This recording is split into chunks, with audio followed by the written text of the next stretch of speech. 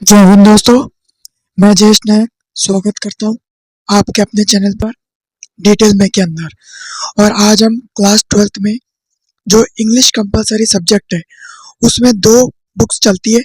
एक बुक का नाम है फ्लेमिंगो और एक बुक का नाम है विस्तास।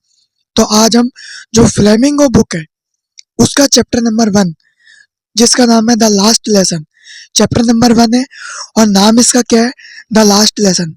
इसको हम डिटेल में कवर करेंगे, इसकी हम थ्योरी पढ़ेंगे। ठीक है, इसके ऑथर का नाम जान लीजिए, ये कई बार एग्जाम में आ जाता है। ऑथर का नाम है अल्फोंस डोडेट। ठीक है, अब देखिए मैं आपको एक बात बताता हूँ कि जो चैप्टर्स होते हैं, जो लेसन्स होते हैं, उनके होते हैं ऑथर। ठीक है, और जो पोएम्स होती है उनके होते हैं पोइट या पोइट्रेस। ठीक है, तो ये कोई पोयम नहीं है, ये एक चैप्टर है, ये एक कहानी है। ठीक है, तो इसके जो ऑथर है वो है अल्फोंस डोडेट, जो कि मैंने लिख के रखा है। और चैप्टर का नाम है द लास्ट लेसन, बुक का नाम है फ्लेमिंगो। तो चलिए दोस्तों हम स्टार्ट करते हैं। अब देखिए आपकी जो फ्लेमिंगो बुक है इसके अंदर कुल मिलाकर 8 चैप्टर है और मैं आपको रेगुलर वीडियोस में 8 की 8 चैप्टर्स की जो समरी है वो मैं आप लोगों को बता दूंगा। तो इसमें आपको नोट्स मिल जाएंगे। नोट्स इन द सेंस कि ये जो एनसीईआरटी है, एनसीईआरटी की फोटोज मैंने लगा रखी है। तो आप चाहें, यदि आपके पास में बुक है तो बहुत ही अच्छा, और यदि आप लोगों के पास में बुक नहीं है तो आप लोग स्क्रीनशॉट ले सकते हैं। मैंने पूरी एनसीईआरटी की जो चैप्टर है उसका एक एक फोटो क्लिक करके यहाँ पे अटैच कर दिया है। ठीक है, तो सबसे पहले यहाँ पे शुरू करते हैं इंट्रोडक्शन से। देखिए यहाँ पर दो मेन कैरेक्टर आएंगे, एक का नाम है फ्रांस और एक का नाम है एम हेमल। फ्रांस एक स्टूडेंट है। ठीक है, और ये कौन से देश की बात हो रही है, ये बात हो रही है हमारे फ्रांस की। ठीक है, फ्रांस एक कंट्री की बात हो रही है यहाँ पे। और जो स्टूडेंट है, जो कि कैरेक्टर 1 है, वो है फ्रांज। ठीक है, और दूसरे कैरेक्टर है फ्रांच के टीचर, फ्रांच के स्कूल टीचर, जिनका नाम है एम हेमल। ठीक है, अब यहाँ पर होता क्या है कि एक प्रूशियन एम्पायर होता है। ठीक है, ये 1871 के अराउंड की बात है। ठीक है, यहाँ पर जैसा कि मैं आपको एक मैप दिखाता हूँ, ये एक मैप आपको दिख रहा होगा। ठीक है, यहाँ पर क्या होता है, ये फ्रांस की बात हो रही है और 1871 में जो प्रूशियन एम्पायर था, जिसके अंदर पोलैंड और जर्मनी दोनों इंक्लूड है, उन्होंने फ्रांस के ऊपर क्या कर दिया था, अटैक कर दिया था। मतलब काफी टाइम से इन दोनों का वॉर चल रहा था। और फ्रांस की जो दो सिटीज है, जिसमें एक का नाम है अल्सेस और एक का नाम है लॉरेन। ठीक है, आपको मैप पर भी दिख रहा होगा, ये देखिए राइट हैंड साइड पे अल्सेस और लॉरेन। ठीक है, ये दोनों जो सिटीज है, ये कौन कैप्चर कर लेता है, ये कैप्चर कर लेता है प्रूशियन एम्पायर। ठीक है, तो एक दिन क्या होता है, ये जो फ्रांस है ये स्कूल जाता है और ये स्कूल जाने में काफ़ी ज़्यादा लेट हो जाता है। और इसका आज पार्टिसिपल्स का टेस्ट होता है। पार्टिसिपल्स यानी कि जिसमें वर्ब्स हम पढ़ते हैं, जिसमें टेंसेस पढ़ते हैं, यानी कि जो ग्रामेटिकल रूल्स है उसका टेस्ट होता है किसका, फ्रांस का। और फ्रांस के टीचर का नाम क्या है, एम हेमल। ठीक है, वो इनको क्या पढ़ाते हैं, फ्रेंच लैंग्वेज सिखाते हैं। मतलब ग्रामर का टेस्ट है बेसिकली। ग्रामर किस, सारी लैंग्वेज की ग्रामर होती है, तो ग्रामर किसकी ग्रामर, जो फ्रेंच लैंग्वेज है उसकी ग्रामर। शायद मैंने पहले इंग्लिश कह दिया था, तो उसके लिए मुझे माफ़ करिए। फ्रेंच सब्जेक्ट है, फ्रेंच जो लैंग्वेज है उसका वो सब्जेक्ट है और उसकी ग्रामर का टेस्ट है। ठीक है, और ये काफ़ी ज़्यादा लेट हो जाता है स्कूल जाने में। अब ये जो है वो अपने टाउन हॉल पहुंचता है। ठीक है, ये एक टाउन हॉल होता है। पहले के ज़माने में हर एक शहर में टाउन हॉल होता था, तो वहाँ पर ये पहुँचता है। वहाँ पर क्या होता है, एक बुलेटिन बोर्ड होता है, जैसे आपके स्कूल में कॉलेजेस में नोटिस बोर्ड होते हैं, तो वैसे यहाँ पर एक बुलेटिन बोर्ड होता है। बुलेटिन बोर्ड में जो भी ब्रेकिंग न्यूज़ होती है वो वहाँ पे लगाई जाती है।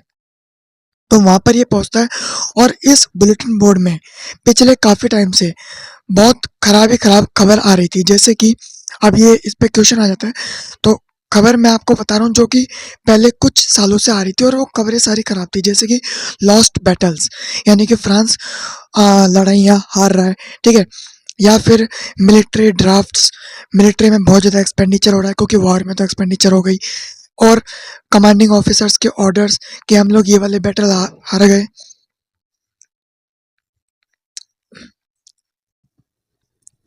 तो तो आगे दोस्तों आप लोगों को समझ में कि उस बुलेटिन बोर्ड पे कुछ सालों से खराब ही खराब खबर आ रही थी। जैसे नंबर 1 है लॉस्ट बैटल्स कि फ्रांस कोई ना कोई लड़ाई हार गया। सेकंड नंबर पे मिलिट्री ड्राफ्ट कि लड़ाई लड़ाई के खर्चे में बहुत ज़्यादा खर्चा हो गया सोल्जर्स रेडी करने में। और आप लोगों को पता ही है कि जब भी कोई वॉर हो, चाहे वो छोटा हो चाहे वो बड़ा हो, उसमें बहुत ज़्यादा एक्सपेंडिचर होता है।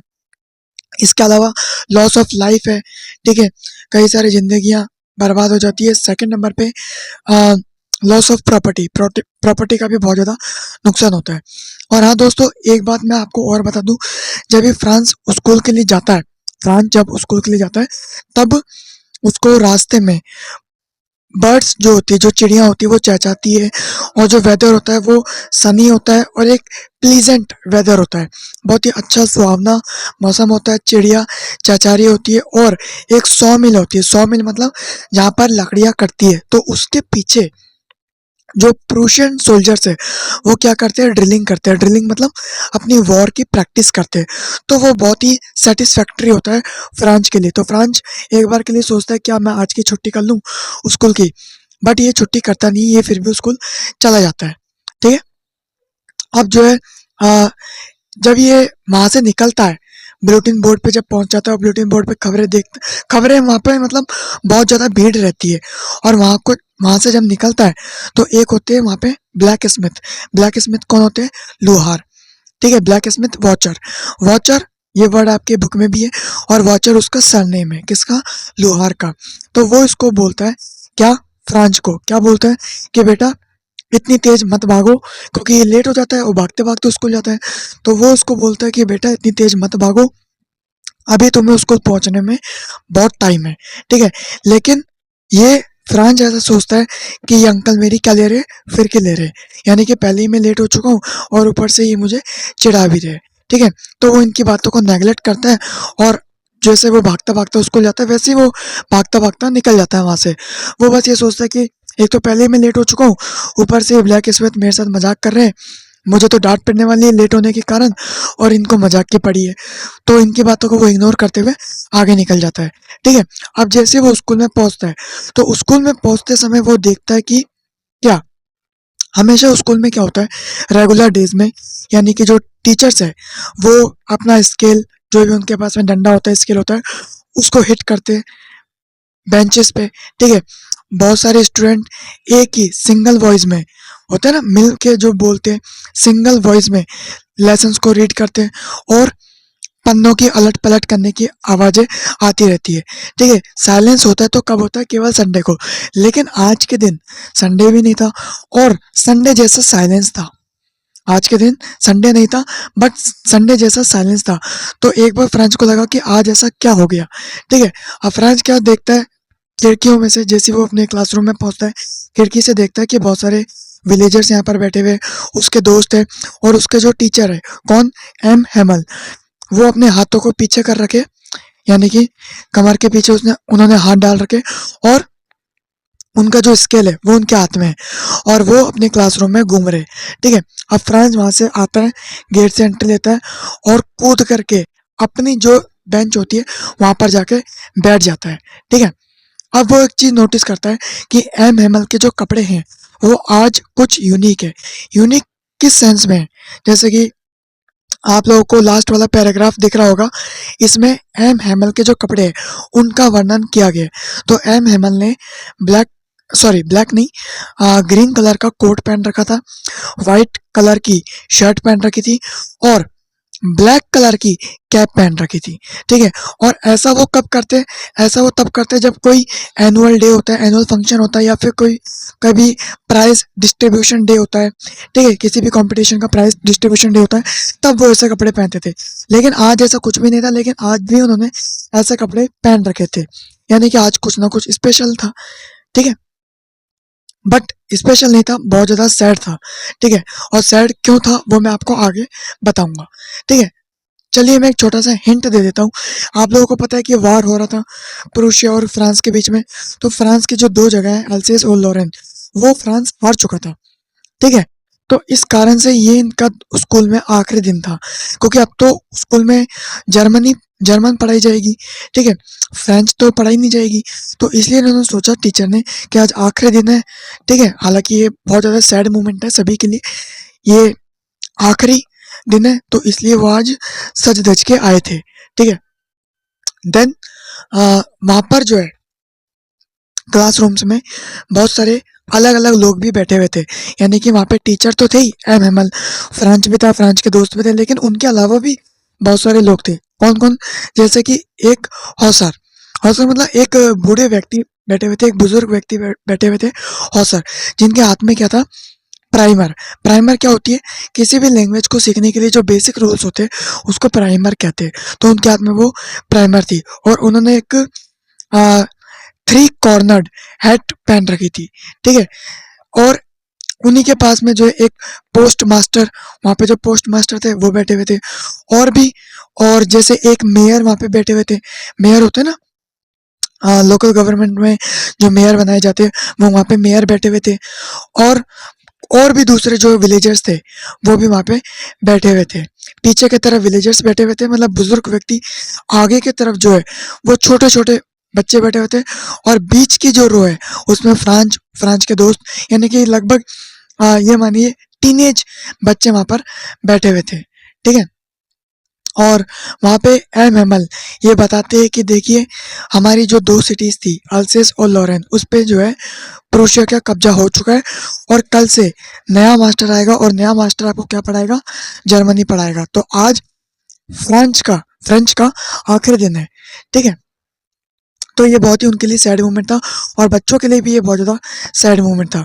उसके बाद में फ्रांस को रियलाइज़ेशन होता है कि यार काश मैं पहले ही पढ़ लेता, क्योंकि कल से तो अब जर्मनी पढ़ाई जाएगी, तो और मैं तो जर्मनी में पैदा नहीं हुआ, मैं तो फ्रांस में पैदा हुआ हूँ, ठीक है? और मैंने अपनी मातृभाषा नहीं सीखी, तो ये बहुत ही शर्म की बात है। काश पहले मैं थोड़ा-सा पढ़ लेता, ठीक है? विलेजर्स को भी रिग्रेट होता है जो पीछे बैठे हुए थे। क्यों? क्योंकि कहीं न कहीं बहुत सारे लोगों को फ्रेंच आती भी है, लेकिन कहीं न कहीं नहीं भी आती, तो वो अपने टीचर को भी मिस कर रहे हैं, क्योंकि एम हेमल जिन्हें यहाँ पर 40 इयर्स 40 साल उस स्कूल में सर्व किया था, तो वो भी यहाँ पर मिस कर रहे हैं, ठीक है? और इसीलिए, क्योंकि आज फ्रेंच भाषा का आखिरी दिन है, कल से तो जर्मनी पढ़ाई जाएगी, तो इसलिए वो भले ही जिनको आती है या नहीं आती, वो एक अपनी पुरानी यादें कह लो या फिर अपनी भाषा के प्रति प्रेम कह लो, तो वो भी यहाँ पर उस स्कूल में आ जाते हैं, ठीक है? अब एम एमएल जो है वो यहाँ पर क्वेश्चन पूछते हैं, किससे? फ्रेंच से। क्यों? क्योंकि मैंने स्टार्टिंग में बताया था फ्रेंच का आज क्या है? पार्टिसिपल्स, यानी कि जो बेसिक रूल्स होते हैं किसी भी भाषा के, उसका टेस्ट है। तो एम हेमल ने यहाँ पर क्वेश्चंस पूछना स्टार्ट किया कि पार्टिसिपल्स के रूल्स बताओ, ठीक है? किससे पूछा? फ्रेंच से पूछा। फ्रेंच खड़ा हो गया, लेकिन उसको क्वेश्चन के आंसर्स नहीं आए, ठीक है? हालांकि फ्रेंच को रियलाइजेशन हो गया था कि काश मैं पहले ही पढ़ लेता, एटलीस्ट मैं फ्रांस में पैदा हुआ और मुझे फ्रेंच लैंग्वेज तो आनी चाहिए थी, ठीक है? अब एम एमएल उनको रोज ना डांटते थे कि तुम पढ़ते नहीं हो, लेकिन आज जब फ्रेंच को खुद से रियलाइजेशन हुआ, तो एम एमएल ने डांटा नहीं, और एम एमएल ने ये बोला कि फ्रेंच, मुझे पता है कि तुम अंदर से दुखी हो, और इसमें केवल तुम्हारी गलती नहीं है, इसमें हम तीनों की गलती है। तीन कौन? फ्रेंच की, तुम्हारी भी गलती है, क्योंकि तुम जो है बार बार छुट्टियां कर लेते थे, मैं तुम्हें जो होमवर्क देता था वो तुम होमवर्क भी नहीं करते थे। कुछ गलती मेरी भी है, यानी कि टीचर खुद को कह रहे कि कुछ गलती मेरी भी है, क्योंकि कई बार मैं तुम्हें अपने पेड़ पौधों में पानी डालने के लिए भेज दिया करता था, या कई बार जब मैं फिशिंग में जाता था तो मैं स्कूल की छुट्टियां कर लिया करता था। और तीसरे कौन? तीसरे तुम्हारे माता पिता, जो कि तुम्हें कुछ पैसों के लिए मिल पर काम करने के लिए भेज दिया करते थे। तो इस कारण से तुम्हारी स्कूल कहीं ना कहीं मिस होती थी, और फिर इसी कारण से तुम आज फ्रेंच भाषा नहीं सीख पाए, ठीक है? बाद में वो इम्पोर्टेंस बताते हुए कहते हैं कि देखिए, कोई भी कंट्री है, यदि वो कंट्री गुलाम बन जाती है, या उस कंट्री का कोई भी एरिया गुलाम बन जाता है, तो वहाँ पर क्रांति करने के लिए सबसे पहली चीज़ होनी चाहिए वहाँ की भाषा, यानी कि वहाँ की जो भाषा है, जो लैंग्वेज है, वो की है। जेल से आपको रिहा होना तो एक चाबी की ज़रूरत है, ठीक है? तो यदि आपको किसी ने गुलाम बना लिया है, तो वो चाबी का काम कौन करेगी? आपकी लैंग्वेज काम करेगी, ठीक है? जैसे कि आपने फ्रेंच रिवॉल्यूशन में पढ़ा होगा क्लास 10th के अंदर या फिर कॉलेज के अंदर कि फ्रेंच रिवॉल्यूशन जब हुआ, तो जो भी ये रिवॉल्यूशनरी आइडियाज़ है, वो उसी भाषा में पब्लिश होते हैं, क्योंकि अधिकतर लोग तो उस भाषा को समझते हैं ना। अब देखिए, अब जैसे मान लो फॉर एग्जांपल इंडिया है, फॉर एग्जांपल यदि इंडिया में किसी का कब्जा हो जाता है और यहाँ पे कोई इंग्लिश में पब्लिश करता है कोई भी आर्टिकल या फिर कोई भी रिवॉल्यूशनरी आइडिया, तो कुछ लोगों को तो समझ में आ जाएगा, लेकिन क्या सबको समझ में आ जाएगा? नहीं आएगा। लेकिन हिंदी में पब्लिश होते तो वो सबको समझ में आ जाएगा, ठीक है? और आज फिर जो है ग्रामर का लेसन अब चालू होता है क्लासरूम में, ठीक है? तो आज फ्रेंच को जो भी पढ़ाई जाती है ग्रामर, फ्रेंच की ग्रामर, वो आसानी से समझ में आ जाता है। अब फ्रेंच एक बात सोचता है कि या तो टीचर बहुत अच्छा पढ़ा रहे हैं या फिर आज मैं ज़्यादा अच्छा अटेंटिव होकर पढ़ रहा हूँ, लेकिन कुछ भी हो आज उसको सारी चीज़ें समझ में आ जाती है। उसके बाद में एक होता है राइटिंग का लेसन। राइटिंग का जो लेसन होता है उसमें एम हेमल जो है वो सभी बच्चों को नई नई कॉपियाँ देते हैं, और वो कॉपियाँ जो है वो ऐसा लगता है कि फ्रांस के झंडे हैं, ठीक है? अलग अलग कॉपियाँ देते, अलग अलग कलर की कॉपियाँ देते, क्योंकि राइटिंग करनी है, तो राइटिंग करने के लिए कॉपी तो नीचे, तो जो टीचर है एम हेमल वो खुद ही कॉपियाँ देते सारे बच्चों को, और फ्रांस को ऐसा लगता है कि ये फ्रांस के छोटे छोटे झंडे हैं, ठीक है? और एस वो यहाँ पर सोचता है, एक कोटेशन यहाँ पर आता है, अल्सेस फ्रान, अल्सेस फ्रांस। अल्सेस फ्रांस का मतलब होता है कि फ्रांस जिंदाबाद, ठीक है? और यहाँ पर जो है पिजन की आवाज़ भी आती है। पिजन की आवाज़ जैसे कि जो पिजन्स होते हैं वहाँ पे उनकी आवाज़ भी आती है, ठीक है? तो वहाँ पर फ्रांस ये सोचता है, क्या आप इन्हें भी जर्मनी सिखाओगे? यानी कि वो एक तरीके से यहाँ पे व्यंग्य करता है, ठीक है?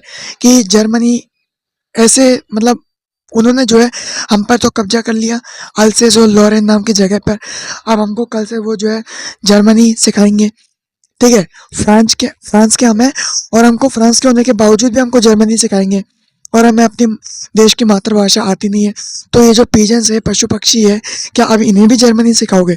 तो यहाँ पर वो एक व्यंग्य करता है, ठीक है? अब यहाँ पर एम हेमल जो है वो बहुत ज़्यादा इमोशन हो जाते हैं, और एम हेमल जो है एक क्लासरूम को इस प्रकार से देखते हैं कि वो क्लास की जो यादें है, वो जो चार दीवारी है, उसको वो कैप्चर कर रहे हो, ठीक है?